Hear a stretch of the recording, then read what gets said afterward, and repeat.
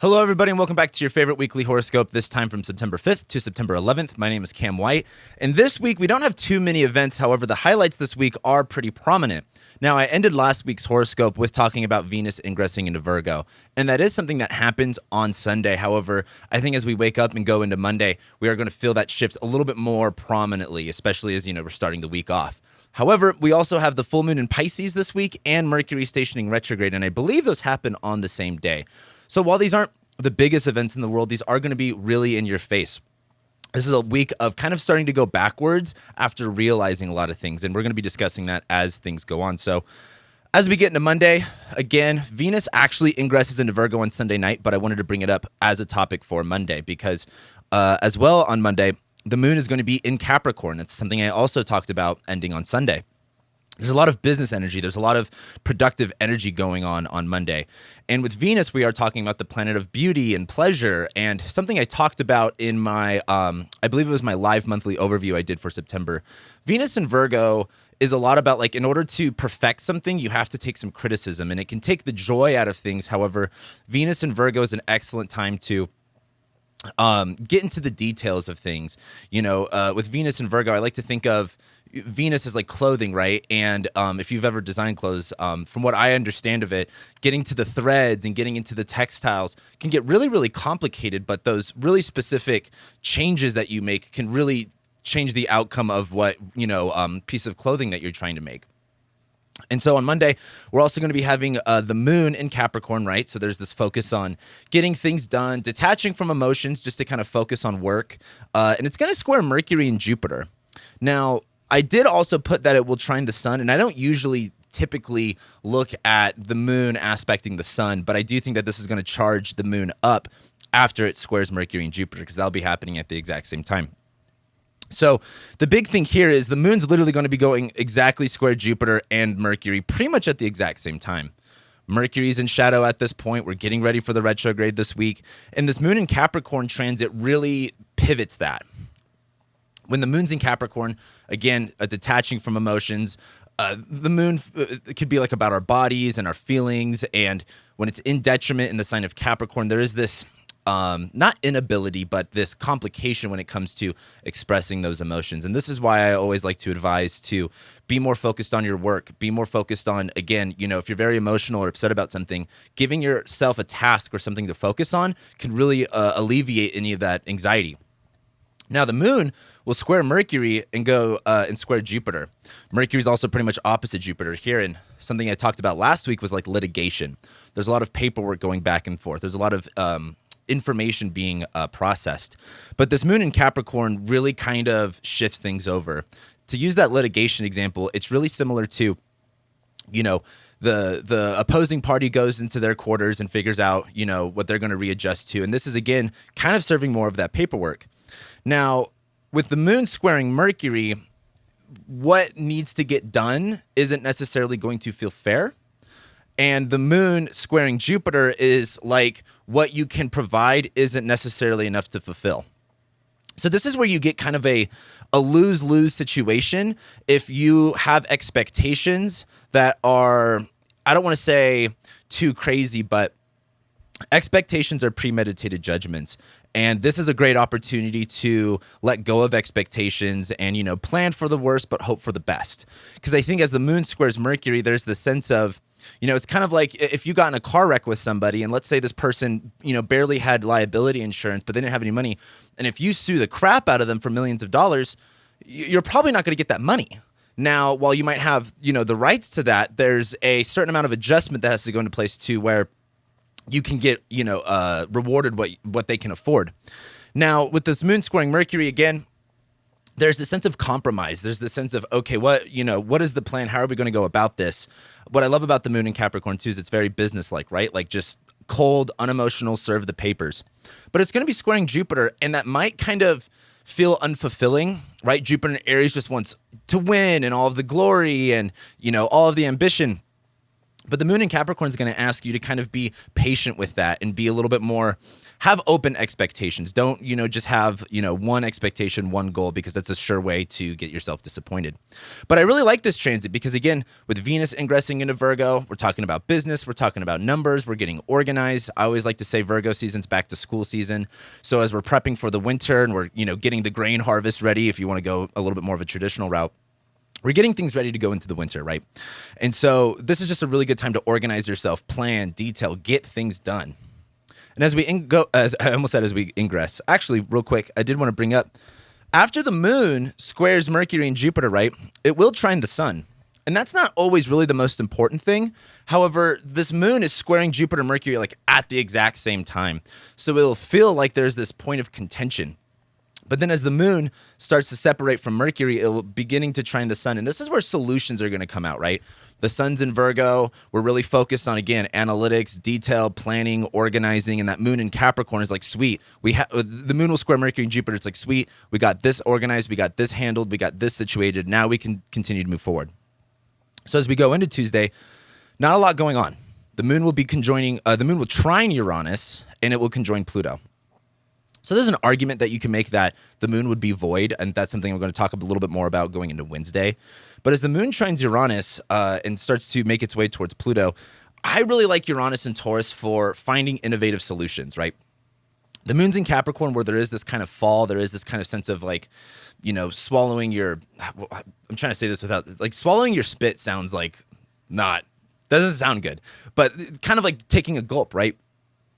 But as the moon trines Uranus, there is this opportunity to find an innovative solution to your problem. What that's going to take, though, is that Uranus stuff, kind of taking a risk, doing something you haven't done before, not being afraid to break free of certain, ways that you have found stability and security, right? Uranus in the sign of Taurus, of security and growth. You have to be innovative and be willing to make changes. Now, what that means is not everything's going to go according to plan. Not everything's going to be perfect, but you've got to be able to, bob and weave as things go along. And so as the moon trines Uranus, there is this opportunity for a innovative way to find a solution. But then after that trine to Uranus, the moon is just going to be applying to Pluto for the rest of the day. So a lot of fear stuff is coming up, right? Pluto is fear and trauma, and it's all of the underlying things that you don't see kind of going on in the world. And so this can feel, as after the moon separates, right? This is about 9 a.m. So the moon is already separated from Uranus and starting to apply to Pluto. There will be this guttural feeling of fear, insecurity, not having enough, feeling out of control. And I think the biggest thing to do here is just kind of, I don't want to just say avoid it or deny it, but there's a certain thing. It's like if you're going through hell, you got to keep going, right? And I think if you can do the moon and Capricorn thing, which is to detach from the outcome, detach from the emotional investment into it, and just stick to the plan, I think you'll have a much more easier time going about this. So as we move over into Wednesday, that's when the moon's going to go into Aquarius.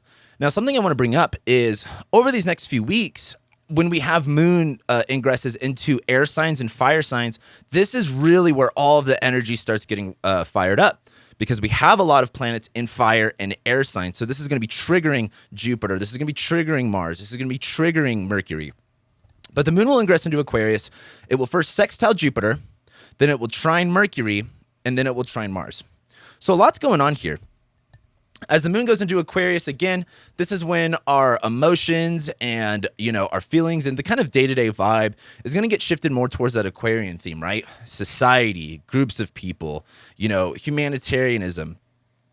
And as we have seen with the Saturn and Aquarius stuff, this has been a very contentious part of our lives.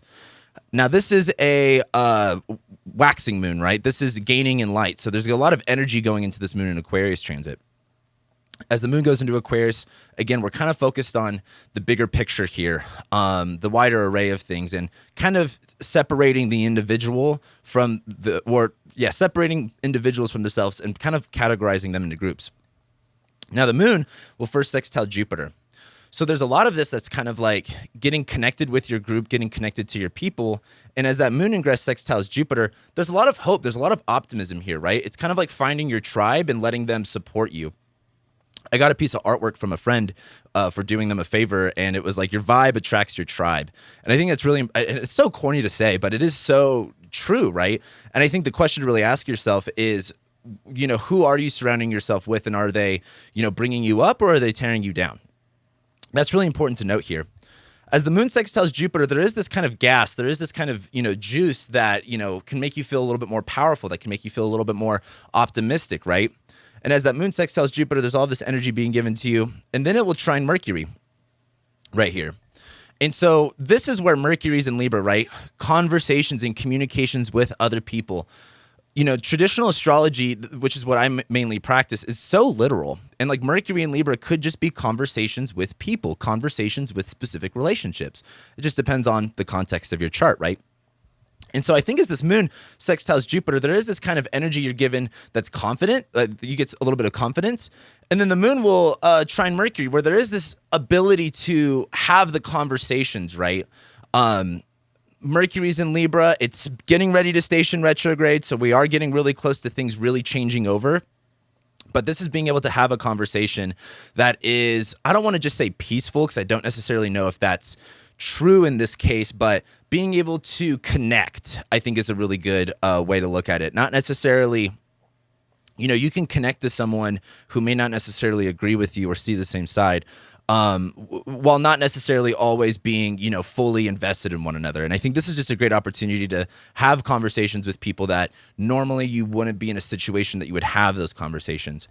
So the moon will trine Mercury, and there's, again, this ability to conversate, but then the moon trines Mars.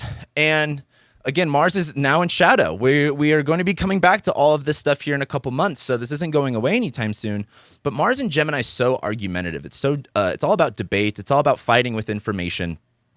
And as the moon trines Mars, I think the moon in Aquarius energy is kind of like, hey, my emotions are attached to this, group of people or to this part of society. And Mars in Gemini is like, well, I want to fight for these people, or I want to argue on this side of things, or I want to see things from this perspective. And so something else I wanted to bring up, Mercury is pretty much trining Mars, not for a while. This is like last week, and this week is really when it gets close. They don't actually exactly trine, but this is a really good transit for having debates and conversations. Like Mars in Gemini is very like arguing with your words, but Mercury in Libra is like being able to have a civil debate, a civil conversation about it. So I think as the moon separates from Mercury and starts to apply to Mars, this is where we take that information and go, all right, how do we weaponize that information essentially? Or now that I have this data, what am I doing with this information? Because I think that's really important, right? I forgot what the saying is, but it's like, knowledge is half the battle. And really it's not. If you have wisdom, if you have information, if you have data, and you don't take action on that, that's dumb. Like you don't know anything if you can't actually apply the information that you know. And so I think this is really about gathering in data, gathering in the bigger picture here, and asking, how do I move forward with this information? Mars is in Gemini for a long time, so this is a great opportunity to change the way that we do things. Like Mars is literally like actions, right? And it's an immutable sign of change, and it's in the sign of Gemini. So getting new information to change our actions. And so this is just really kind of looking at the bigger picture, the Saturnian picture here of like, all right, what's the cold reality? What is the intellectual divide here? I think this might also be an opportunity where you might see where you're getting in your own way and be able to change from there, right? So I really like Wednesday. The moon's going to just be hitting all of this fire and air energy, and so there's a lot of, wind is being pushed in your sails right now. So as we get to Thursday, this is where the moon, it's a moon in Aquarius transit, as Saturn's going to be here, and as Uranus is in Taurus, it's going to be a little wobbly, and I've been talking about that for like 2 years now. But the moon's going to make a square to Uranus, and then it's going to conjoin Saturn, and then it will ingress into Pisces. So this might kind of throw your plans, or throw a wrench in your plans. Because I believe as the moon squares Uranus, it's going to be hard to get out of your comfort zone. I think it's going to be hard for things to grow, especially when this moon's in Aquarius. And there's like, something I've really realized is, the Saturn Aquarius has been the societal divide, right? I've talked about that. But I've also noticed for me, and I think this is also true for a lot of people, is the mental walls that we create that create a false circumstance, or the stories that we tell that say, oh, I can't do this because of these ideas that I've made up in my head. right? Like you might have experienced a traumatic situation, and because of that, that has installed a belief in you that has, stopped you, or you've made up this story as to why you can't do things. And it's very, Aquarian, right? It's an idea. It's not a physical wall. It's a mental wall. And I think when the moon's in Aquarius here squaring Uranus, you might see yourself hitting that intellectual wall, that mental wall. And it's with a square to Uranus, this is like, bringing insecurity. This is bringing, Uranus and Taurus is, again, doing things innovative and doing things differently when it comes to stability and growth. And that's good for the moon in Capricorn, right? But then the moon goes into Aquarius and it's like, where are you kind of getting in your own way? And that's going to square Uranus, where that might kind of shake up your securities and that might kind of give you a little bit of run for your money. And then after that, the moon can join Saturn. And so this might feel a little hardcore in the sense where you might feel like, there's a literal glass ceiling in front of you that you feel like you can't move forward from. And that's going to, I don't want to say dissolve, but this is teeing us up for the full moon in the Mercury retrograde, right? Moon squares Uranus. Oh, our plans didn't work. Oh, I didn't, I thought, this wall or this obstacle would be easier to go around. It's not. This is kind of like, imagine, for example, I've talked about this a few times before, not recently, but I've done volunteer work for a youth camp here in Colorado where we take inner city kids and we give them leadership skills, team building skills. One of the best experiences of my life. I love sharing my stories from that. But something that we make these kids do is we make them climb a wall, all of them together. They have to work together to climb this wall, but they have to do it in complete silence. And they go, these are boys. They're like, oh, we can do it. But then when you have, and if they talk, if they make a noise, they have to start all over again. And so when you do, when you have to do a team collective thing, but there's this, wrench that could be thrown. There is this, what's the word I'm looking for? This challenge, so to say. It can be much harder and you have to be willing to work more together. And I really like this analogy for this day because there is going to be the sense of like, hey, a lot of these boys, they some of them went to school with each other. We'd have fights break out, and they've got a bunch of problems, a bunch of anger and resentment that comes up when they have to work with other people, and they especially can't communicate that stuff, right? And so what it takes is for them to kind of get over their ego and their sense of selves and actually work as a collective to get over this wall. And when they get over the wall, it's really beautiful. You can just tell how much it impacts these kids. Maybe not on a way that they recognize at that moment because they're young, but as an adult and as a coach watching this, you can just see the mindset shift. And so I want you to think about on Thursday, how are you going to get over this wall? And how are you going to bring people together about it and be, I don't want to just say a team player, but this other thing is this moon conjoining Saturn right after it squares Uranus, hitting that wall, facing that challenge, and asking yourself, are you letting yourself, like, for example, you don't have to communicate to get over a wall. You don't.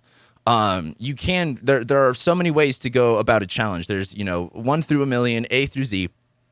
And I think when the moon squares Uranus, you're going to have a problem, and the moon's going to hit Saturn, and you're going to feel stopped. Don't let that stop you. Right? Just because, sometimes these kids, it took all day one time where it was literally like, yeah, we were there for a couple hours to get them over the wall. And that's not a fun thing for any of us involved. But just because it didn't work the first time doesn't mean it's not going to work if you don't continually go at it. So you might hit a wall on Thursday and it's going to be a mental wall. Like, I can't do this because I've made up X, Y, and Z reason as to why I can't. And this is important because on Thursday, the moon will then ingress into Pisces. And this is where we really get that full moon, right? And I'm really excited about this full moon. I know I talk a lot of shit on Pisces, but I love the full moon in Pisces just simply because of the Virgo season stuff. So that leads us to Friday. 2 things going on. I almost said 3. So the moon will go opposite Venus as it ingresses into Pisces, right? Well, let me actually back up here. Because when the moon ingresses into Pisces, that's going to dissolve those ideas, right? The moon in Pisces is much more fluid, right? It's a water sign. And this might, for example, when you hit these intellectual walls, you have to go into a deeper reason. Like, for example, these kids might have been like, hey, we can't do this if we can't talk. How are we supposed to work together? And it's like, I don't know, figure it out. It's your job to figure it out. And that Pisces creativity really comes into play where you have to think outside the box. You have to kind of connect on a spiritual level with people, right? And as that moon goes into Pisces, there is this sense of kind of looking at it from a different perspective, kind of detaching yourself from the situation and kind of going more within to ask, how do I solve these issues? And so as we go into Friday, the moon will go opposite Venus. This might be a little bit hard because, again, the moon's in Pisces. It's a little bit everywhere, and Venus is in Virgo, where it might be, for example, if you're a musician, and I talk about the Virgo Pisces axis a lot, being a musician, being, a stage artist. And Venus and Virgo, like moon in Pisces is kind of all over the place. And Venus and Virgo is like, it's not perfect. Well, it's like, this isn't good enough. And it's like, well, that's not good enough. And sometimes you just have to get over that and let the show kind of go on. As an artist, it can be really easy to be, super, hypercritical or a perfectionist.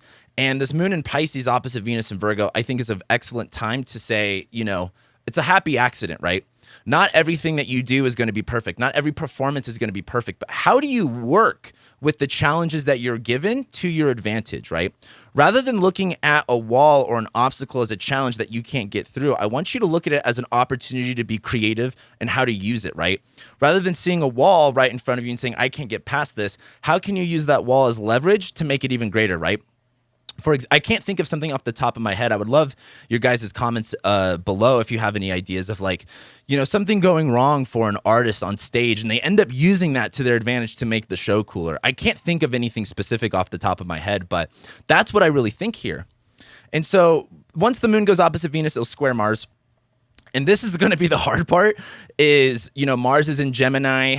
It's going to be a little rough on the edges, right? Mars in Gemini, like maybe the music's a little bit too loud. Maybe the high ends are distorted a little bit. And that moon in Pisces might throw off your vibe a little bit, right? The moon in Pisces is very sensitive to the environment, to your circumstances, to what's around you.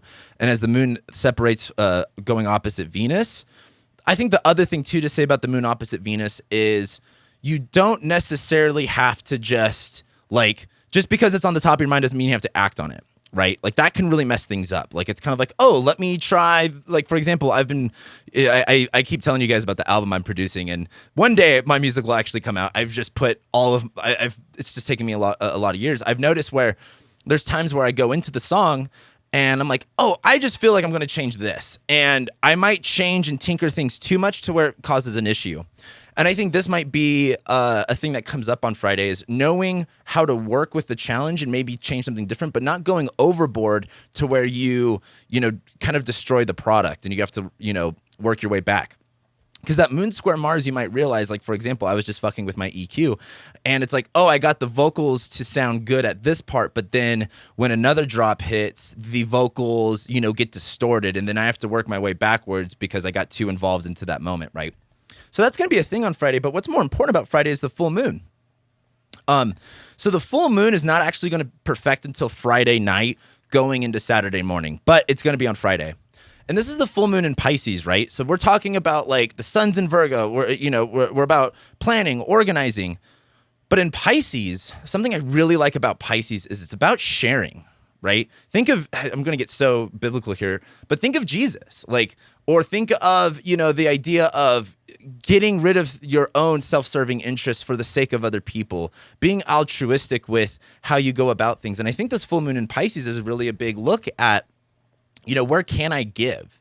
Think of it in a very traditional sense where we've been, harvesting hay, we've been harvesting the wheat, we're counting how much wheat we have to store for the winter. And then once we get to that point where we know what we have, we know what we can give. And so I think this full moon in Pisces is a lot about, realizing where we can give, realizing what can change. I also look at the Virgo Pisces axis as looking at, like, for example, as a musician, all your scales, all your rudiments, whatever it is. And then when you perform it live, just off the top of your head, you don't necessarily think about the specific things that you're doing, but you think more so in the lines of you're just in that moment. You're just in that present moment and just channeling things. And so in that regard, this full moon in Pisces is like realizing those things, realizing things there in the moment. Now, what's more important about this is that I know this doesn't look at it. We're going to pretend Mercury is red right now because Mercury stations retrograde Friday night. So the moon goes into Pisces. It's going to go opposite Venus where we might go like, oh, I don't like that, so let me try this little thing. The moon will then square Mars where you kind of realize where maybe that's distorted a little bit. And then we have this full moon where it's kind of realizing the bigger picture, kind of seeing, for example, there's also things where you might change. I've done this before because I produce all my music's very electronic.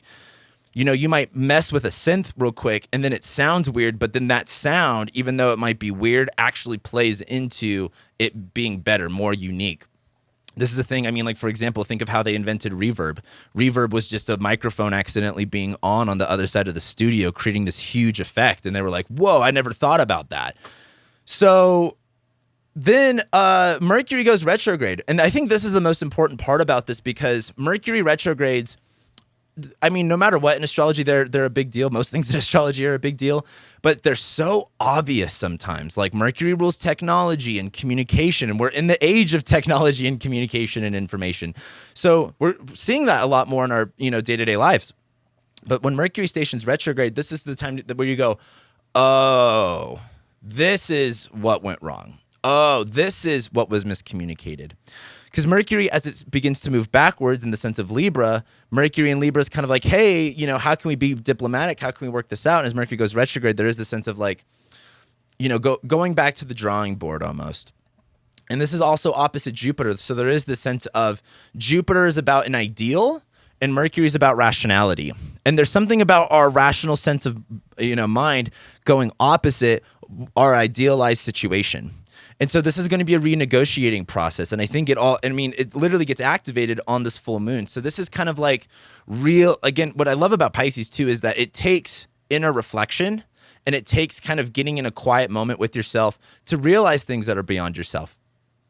And so as Mercury goes retrograde on a Friday night, I think there's going to be this realization of maybe where your language needs to change with people, how you need to actually address people. Mercury in Libra can be anything in Libra can be very doormat vibes, kind of like getting walked over. And as this goes opposite Jupiter and Aries, there might be the sense of, for example, if you're in a litigation situation, which is, if you are, it's going to be, these analogies are probably pretty funny for you then. You might get an offer. And that settlement offer might, not make you feel good. And this is an opportunity to say, are we willing to go back into court and fight for this, or am I willing to settle? And I think that's a personal decision that you need to make. I think with Jupiter and Aries, there is this really big rah-rah, feeling for fighting and for victory. But this is Mercury in Libra. It doesn't necessarily have to be about attacking, right? This could simply just be playing poker, right? Sometimes you can win a game of poker just by holding your cards, not throwing down, making a bluff. And I think this would be a great time to, I don't want to say lie, but you don't have to just show all the cards, give them a run for their money is what I want to say here. And so this might delay things, right? This might put things off, but I think at the end of the day, this is going to turn out more in your favor. So again, and this is all happening on this full moon in Pisces, where Pisces is about integration and Pisces is about change, right? It's a mutable sign. And it's a water sign too. And something I love about Pisces is that I call it the truest water sign, because water can be a solid, a liquid, or a gas. And, Pisces is very, circumstantial to its environment, right? And so is this a very hot environment where it's very steamy? Is this a very, tempered environment where it's watery? Or is this a very cold environment where it's going to make you feel iced up? I think this is going to be the time to be mutable, right? We have Venus in Virgo, Sun in Virgo, Moon in Pisces, Mars in Gemini. Don't be afraid to be mutable. Don't be afraid to change. But as Mercury stations retrograde too here, this is going to be a delay. This is going to be a change in how people are communicating to you, how you're communicating to other people. And so this is just going to be a process, just like anything else in life. So as we move over to Saturday, the only thing that we've got going on Saturday is, again, it's really Friday night that the full moon happens. It'll look really nice when it comes over the horizon. And then it really perfects going into the night. But then as we wake up into Saturday, the moon is just going to be conjoining Neptune. And this is where it gets challenging, because Neptune creates all of this confusion. Neptune creates all of this, false sense of reality and, an illusion. And I think as the moon conjoins Neptune, you're going to feel a little lost. I think it's like for example, if you're a musician, if you've ever just been jamming, like sometimes in the middle of it, you're going to be like, wait, what am I doing? Wait, what's going on? And I think this moon conjoining Neptune is all this information that's provided, right? Mercury's now retrograde. We had this full moon. I think you're going to get, for example, maybe you're thinking in this litigation example that I'm using, maybe you're like, all right, they're going to come back with an offer and we're just going to accept it. But they might come back and say, no, we're going to take you back to court. And you might be like, shit, where does this go now? So I think on Saturday, there is going to be the sense of confusion and sense of being lost, right? I think that will also be true if you are diving into and allowing yourself to absorb a ton of whether that's media or just stimulation in general, right? I think what's important about the moon in Pisces, especially with all this Virgo energy, is knowing when to detach from things and kind of look at things from a more spiritual perspective rather than just a more rational perspective, right? But as the moon conjoins Neptune, there is going to be this feeling of being lost, feeling of confusion, feeling of being overwhelmed, which I think will only be hard if you are not in a mindset of adaptation, right? Of change. If you are wanting to be fixated and if you are wanting to stay the way that you are going to have a lot of confusion. But if you're open to changing and if you're open to adapting to things, I think this is a really good time to look at a bigger picture on how to adapt. And it's not just about changing with the times, but how do you encompass a mindset that allows you to change? How do you get right with your spiritual self that allows you to change over? And that's really it on Saturday, because the next thing that we have going on is Sunday. Again, I really like Sunday, but to reiterate what I just said when the moon was in Aquarius, this is a moon going into a fire sign. It's going to be activating Jupiter. It's going to be activating Mercury. It's going to be activating Mars. So this full moon is much more of a time of realizing, versus Sunday, and also going into next Monday, is going to be much more of a time of action, right? As the moon goes into Aries, our emotions, our sense of self are now put into our bodies, are now put into our actions, are now put into initiating, starting, having the spark for something. But this is a waning moon now. The moon is now calming down a little bit. And so this kind of is like full moon in Pisces. Oh, you didn't see this. Oh, you didn't know that was coming. Now the moon will go into Aries, and now it's, well, what do you do now? The moon will conjoin Jupiter, where I think there is going to be the sense of like knowing what you have to do on a very jovial level, which Jupiter is, again, like, the bigger picture, the ideal that you have to go into, but are you acquiring the wisdom and the knowledge to get there, right? And I think there's a great opportunity on Sunday to realize maybe where your beliefs aren't necessarily matching up to the reality that you want. But there's also this excellent opportunity to step into that and say, you know what, if my beliefs are this, then I can do that. And it's just really about getting over those, self-limiting beliefs in a lot of ways. But then as the moon conjoins Jupiter, there is this kind of hope and initiatory and kind of doing things in a big way. It's a waning moon, so this is kind of like covering things, not necessarily covering things up, but this isn't like an initiating and starting something brand new. This is like, okay, what do we do with this? Then the moon will go opposite Mercury, where, what's funny about Mercury retrograde in Libra is we want things to be balanced, we want things to be peaceful, but when the moon goes into Aries and goes opposite Mercury in Libra, you can't be afraid to defend yourself, and you can't be afraid to fight for what you believe in, right? And that is the challenging part here with Mercury in Libra, is like, how do we have these conversations that don't necessarily stoke all of these issues, but you can still, be self-assertive. So after you have, like, it's kind of like the moon conjoins Jupiter, it's like, all right, here's your little pep talk. You have to have this conversation. And the moon will go into Aries and go opposite Mercury, where it's like the moon in Aries might be like you're a little bit fired up, you're a little bit charged up, maybe a little bit pissed off. And you're going to have to find a way to explain that to Mercury and Libra. Like in a courtroom, you can't just be like, blah, blah, blah, blah, blah, and get all emotional, riled up, because they're not going to believe you. You have to be self-assertive. You have to be professional and be willing to kind of go for the throat in a lot of senses, but in a very civil manner. Once the moon goes opposite Mercury, it's going to sextile Mars, where, again, I really like this. Once the moon goes, opposite Mercury, we have these conversations, and the moon's in Aries sextiling Mars and Gemini.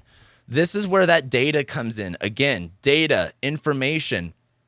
What are you doing with it? You are going to be receiving a lot of feedback during these times, and there's a moment where feedback is often harsh, but always fair. Now, it is dependent on the source, though. And are you listening to all of the data for the sake of data, or are you lasering in on the data that you need in order to get the job done that you want? And I think this is important as Jupiter is in Aries and Mars is in Gemini, because Jupiter in Aries is like wanting to do all of this Mars stuff, right? But Mars is going to be going back and forth in Gemini for a while. So there is this kind of sense of, hey, do you have the information that you need or the skills that you need in order to apply that bigger mindset? And so I think as the moon goes into Aries, goes opposite Mercury, we have these conversations, and then the data comes in, and then the moon will sextile Mars, where it's like, where are we going with this information? What are we learning from this data? And how can I, it's, for example, if you play football, if you play basketball, you might do an exercise that you think you nailed perfectly, but you might have a coach come in that says, hey, you did that really well, but if you just tweaked this, and that, you'd be better. The hard part is going to be getting over your own ego and listening to that and actually applying it. Because it's one thing to, it's for example, I watch a lot of personal development videos, success videos, and you feel a false sense of productivity from gaining that information, right? But the wisdom comes in when you actually apply that knowledge. You might be taking in this feedback, you might be taking in this information, but are you applying it? Are you using it? Or are you letting it just waste away in your brain and still continuing to do the same thing and expecting a different result? So I think on Sunday is going to be the day to kind of not initiate and start like a brand new thing, but kind of like, all right, how do I have to go about this situation now that things are kind of calming down? And once you do kind of go into that, being willing to, see the other side, being willing to see the other perspective, and taking in that information and data, and changing your own, for one, emotional involvement into the situation, right? The moon's about our emotions, and it's in Aries. We're really charged up on ourselves. So it's like, can you get over, being upset or angry in order to make those changes that you need, right? And that sets us up for next week. Next week, we have a few things going on, but really this week is just full moon in Pisces, Mercury retrograde, right? Realizing things, seeing things full picture, and then realizing that there's going to be a delay, that there's going to be a change, and that we're going to be, looking at things differently. And as we go into next week, not a lot going on next week. Sun's going to go opposite Neptune, where this will kind of, I think, dissolve a little bit of our realities. We're going to be peering in through, piercing the veil a little bit. And Venus will square Mars. Now, that will be a little challenging because that kind of happens all week long. But Venus squaring Mars is like, what we enjoy is not what we're doing. And what we're doing is not going to be fun. Our values and our desires are not in alignment with one another. And our values and our actions are not in alignment with one another. And they're, in fact, conflicted with each other. So there is going to be this moment of next week of relearning things and trying to change and adapt things. And I think it all starts with this full moon in Pisces, Mercury going retrograde.